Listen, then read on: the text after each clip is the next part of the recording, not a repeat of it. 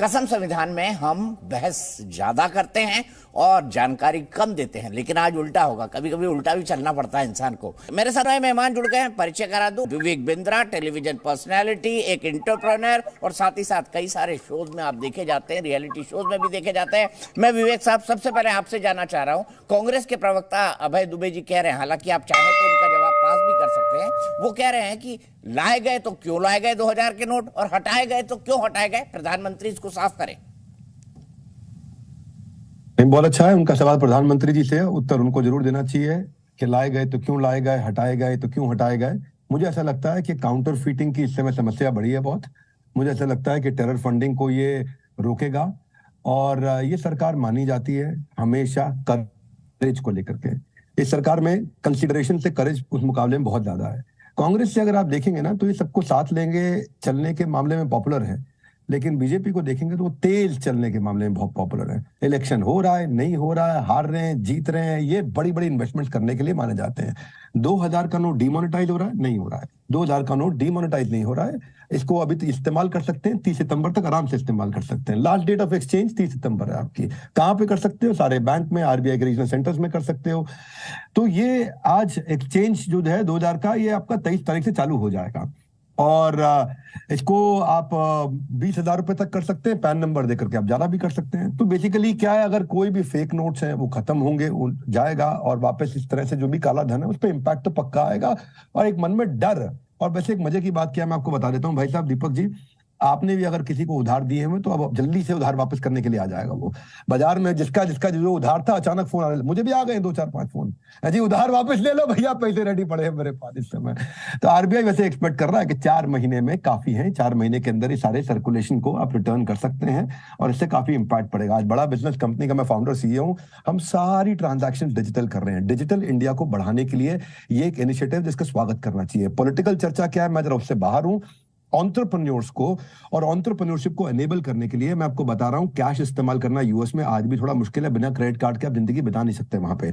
हमारे को अगर डिजिटलाइजेशन जिस तरह से बढ़ा है उसको बूस्ट करने में ये और मदद करेगा और इसका हमारे को भरपूर स्वागत करना चाहिए। आज मैं बड़ा बिजनेस का सीईओ हूं, हमारी हजारों लाखों करोड़ों की ट्रांजैक्शन होती है पर सारी डिजिटल होती है, 1 रुपया हम नहीं लेते किसी से, इसलिए हमको तकलीफ नहीं आती। इसी तरह से ये सरकार ऐसे और भी कई डिसीजन लेने वाली है जहां पे कच्चे के धंधे को आगे चल के तकलीफ आएगी ही आएगी, और कच्चे के धंधे में तकलीफ आ रही है तो ये किसी भी रिस्पॉन्सिबल लीडर को इस पर सवाल नहीं उठाना चाहिए।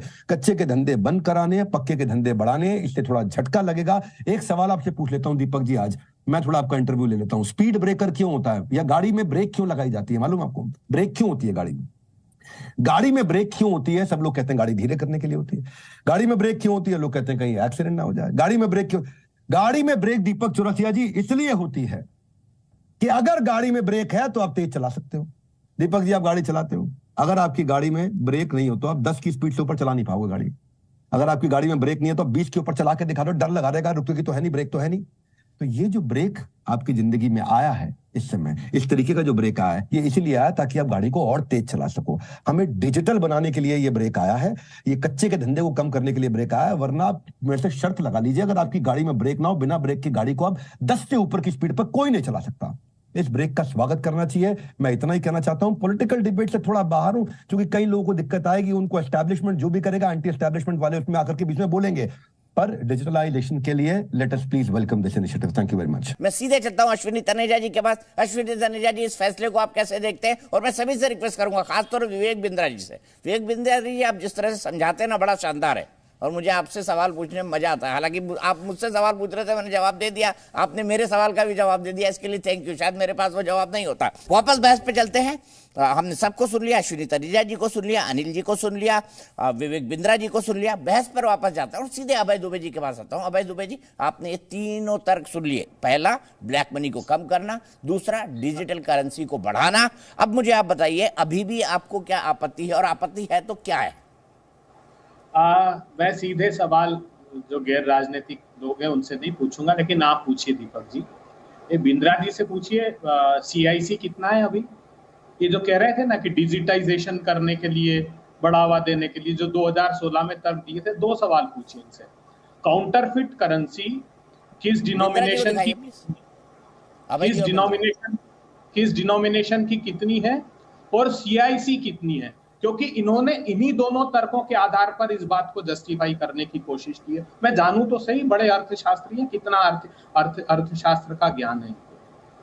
ठीक है, बताइए विवेक बिंद्रा जी, वैसे सीआईसी क्या होता है भाई, मुझे समझा दीजिए, मुझे नहीं पता। करेंसी इन सर्कुलेशन कितना है, करेंसी इन सर्कुलेशन जो इन्होंने कहा ना कि बहुत बड़ा कदम है, क्योंकि 2016 से ही ये राग अलाप रहे हैं भारतीय मतलब सरकार के लोग, बिंद्रा जी को नहीं कह रहा हूं, लेकिन इन्होंने कहा, क्योंकि ये जो कह रहे थे ब्रेक लगाना, अरे मोदी सरकार ने चारों टायर निकाल दिए अर्थव्यवस्था के, इकोनॉमी के, वो भी बताऊंगा कौन से टायर निकाले, और कह रहे हैं कि दौड़ाइए साहब और स्पीड ब्रेकर जरूरी है। मैं दोनों सवालों के जवाब लीजिए इनसे, फिर मैं आगे की बात करता हूं। ठीक है विवेक बिंद्रा जी। नहीं अभय दुबे जी, मेरा तो कहाँ कोई समस्या है। मोदी सरकार टायर लगा रही है, निकाल रही है, क्या कर रही है, मुझे उसकी जानकारी नहीं है। मैं ये कह रहा हूँ डिजिटलाइजेशन सर्टनली बढ़ेगा, बल्कि मैं आपका साथ दे देता हूँ 2 मिनट के लिए अभय जी। मैं तो ये कह रहा हूँ इसके चैलेंजेस भी आएंगे। जैसे 3 जगह मैं बहुत बड़े चैलेंजेस एक्सपेक्ट कर रहा हूँ। एग्रीकल्चर जो कैश की इकोनॉमी है, उसके एग्जीक्यूशन की तैयारी करनी होगी गवर्नमेंट को। मैं तो आपकी तरफ से बोल देता हूँ, अगर एग्जीक्यूशन की तैयारी नहीं करी सरकार ने, तो कल को एग्रीकल्चर में बहुत बड़ा इंपैक्ट आ जाएगा। रियल एस्टेट पहले से ही डाउन ट्रेंड पे चल रहा है इतने लंबे समय से, वापस बूस्ट नहीं आ रहा। सब जानते हैं रजिस्ट्री का पैसा जो जाते हैं, जो पक्के का पैसा अलग होता है, कच्चे का अलग होता है, सबको मालूम है। बाजार के अंदर सर्कल रेट अलग होता है और मार्केट की एक्चुअल प्रॉपर्टी की वैल्यूएशन अलग होती है। उस पर कितना बड़ा इंपैक्ट आ जाएगा। रियल एस्टेट के लिए अगर एग्जीक्यूशन की तैयारी नहीं करी गई तो उसका असर आएगा। आप ठीक करें, टायर निकलेगा उससे। ट्रेडिशनल रिटेल जो बहुत बड़ा नुकसान जा सकता है, क्योंकि वहां पे कैश सर्कुलेशन बहुत ज्यादा हो रहा है, उसकी भी एग्जीक्यूशन की तैयारी करनी होगी। फायदा किस में होगा? ई कॉमर्स बढ़ेगा, फिनटेक बढ़ेगा। ई कॉमर्स फिनटेक बढ़ेगा तो ट्रांजैक्शंस और अच्छी होंगी। मैं तो इकोनॉमी पे बता रहा हूं कि ये ब्रेक लगेगा, पक्का ब्रेक लगेगा। लेकिन अगर हम इससे ई कॉमर्स को, टेक्नोलॉजी बेस्ड ट्रांजैक्शंस को और इंप्रूव कर सके, कैश के कच्चे के धंधों को आगे चल के और कम कर सके। वैसे तो ये क्लीन नोट के लिए आया है। आपने पूछा था मनी सर्कुलेशन कितना है, 11% है इस समय, बाकी सारा तो अंदर पड़ा। लेकिन मैं अभी आप ही के साथ हूं, मैं कोई आपके खिलाफ थोड़ी बोल रहा हूं। इस बार डिफरेंट रीजन के लिए आया, not for killing the black money, it is for clean note policy. पर अभय दुबे जी, आपसे बात करके अच्छा लगा, धन्यवाद। अभय जी। दीपक जी, मैं एक बात नहीं, मैं अनादर नहीं करना चाहता। विवेक बिंद्रा जी बहुत अच्छे व्यक्ति हैं, यूट्यूब पर मैंने काफी सुना भी है, मैं किसी का अनादर नहीं करना चाहता। इन्होंने जो हालत की वो देखिए, 25,000 रुपए हेक्टेयर इनपुट कॉस्ट बढ़ा दी खेती की किसानों को, इसीलिए तो 27 रुपए हुई। क्यों हुई वो? क्योंकि 25,000 रुपए हेक्टेयर आपने लागत बढ़ा दी। आज स्थिति ये है, centre for monitoring Indian economy की रिपोर्ट पढ़िए, आपकी जो अनएम्प्लॉयमेंट रेट है वो हाईएस्ट हो गया आजाद भारत के इतिहास का।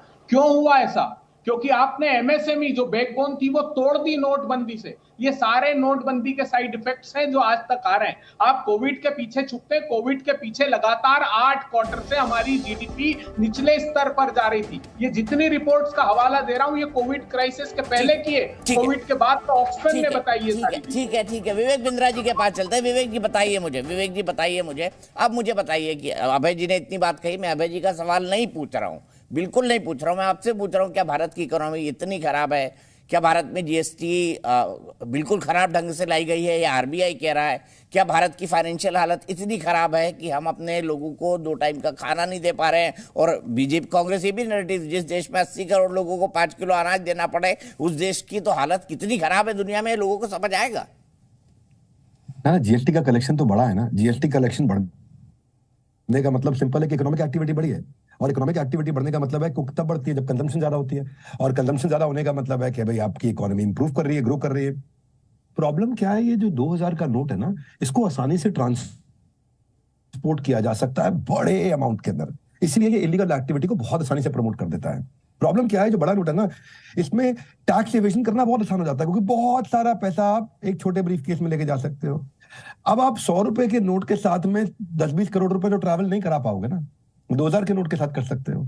तो आपकी इकोनॉमिक एक्टिविटी रुकेगी नहीं, क्योंकि 500 का नोट है, 100 का नोट है, 200 का नोट है। काउंटर फीटिंग के लिए तो ये सबसे बड़ा आकर्षण है ना इस समय। ये तो अट्रैक्शन था काउंटर फीट के लिए, बहुत बड़ा अट्रैक्शन था जिसको किल किया जा रहा है। और वैसे भी 2000 रुपए के नोट का इस्तेमाल करता कौन है? कन्वीनियंट ही नहीं है 2000 रुपए का नोट। यूपीआई की ट्रांजैक्शंस या छोटे डिनोमिनेशन की ट्रांजैक्शंस कन्वीनियंट होती है। आपको लड्डू टॉफी के लिए भी आप 2000 रुपए का नोट थोड़ी इस्तेमाल करते हो।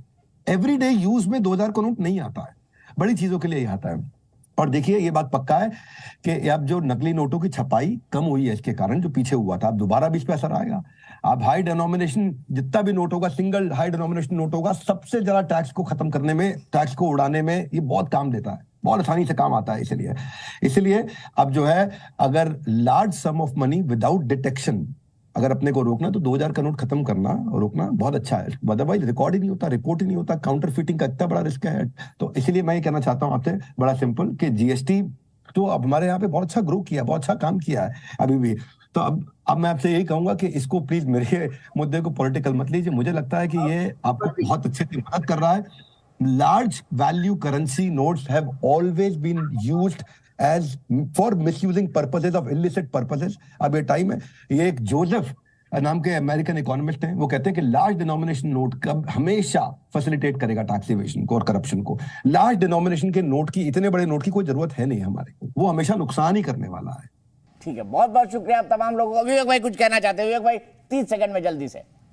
बस जाते जाते मैं बोल रहा हूँ, थोड़ा कमेंट सुन लीजिएगा प्लीज। आप लोग थोड़ा मुस्कुरा दें। अब अगर रेड लाइट पर जंप मारोगे और पुलिस वाला रोक ले और आप 2000 का नोट दोगे तो बोलेगा भाई साहब 100 का ही दे दो, कोई दिक्कत नहीं है। तो मैं ये कहना चाहता हूँ आपसे कि अब 2000 का नोट खत्म होगा तो चोर भी कम से कम 2000 बार सोचेगा आपके घर पे आने के लिए। और ये पक्का है कि बीवियों की बचत की कमाई जो है आटे के चावल के डब्बे में छुपी थी निकल आएगी। ये पता नहीं भी काला धन मिलेगा नहीं मिलेगा, औरतों का घर पे खजाना जरूर मिल जाएगा। मैं चाहता था जाने से पहले थोड़ा सब मुस्कुरा ले। धन्यवाद। ठीक है, खजाना मिलेगा घरों में? क्या मिलेगा? अरे भाई सर्कुलेशन में ही नोट काफी समय से बंद है, तो मिलेगा या नहीं मिलेगा ये सोचने वाली बात है। वैसे चलते चलते मैं कहना चाहूंगा, मैं दूसरों के बटुए के बारे में पूछता नहीं, अपना बटुआ भी दिखाता हूँ। देखिए बिल्कुल खाली है अभी। जी न्यूज़।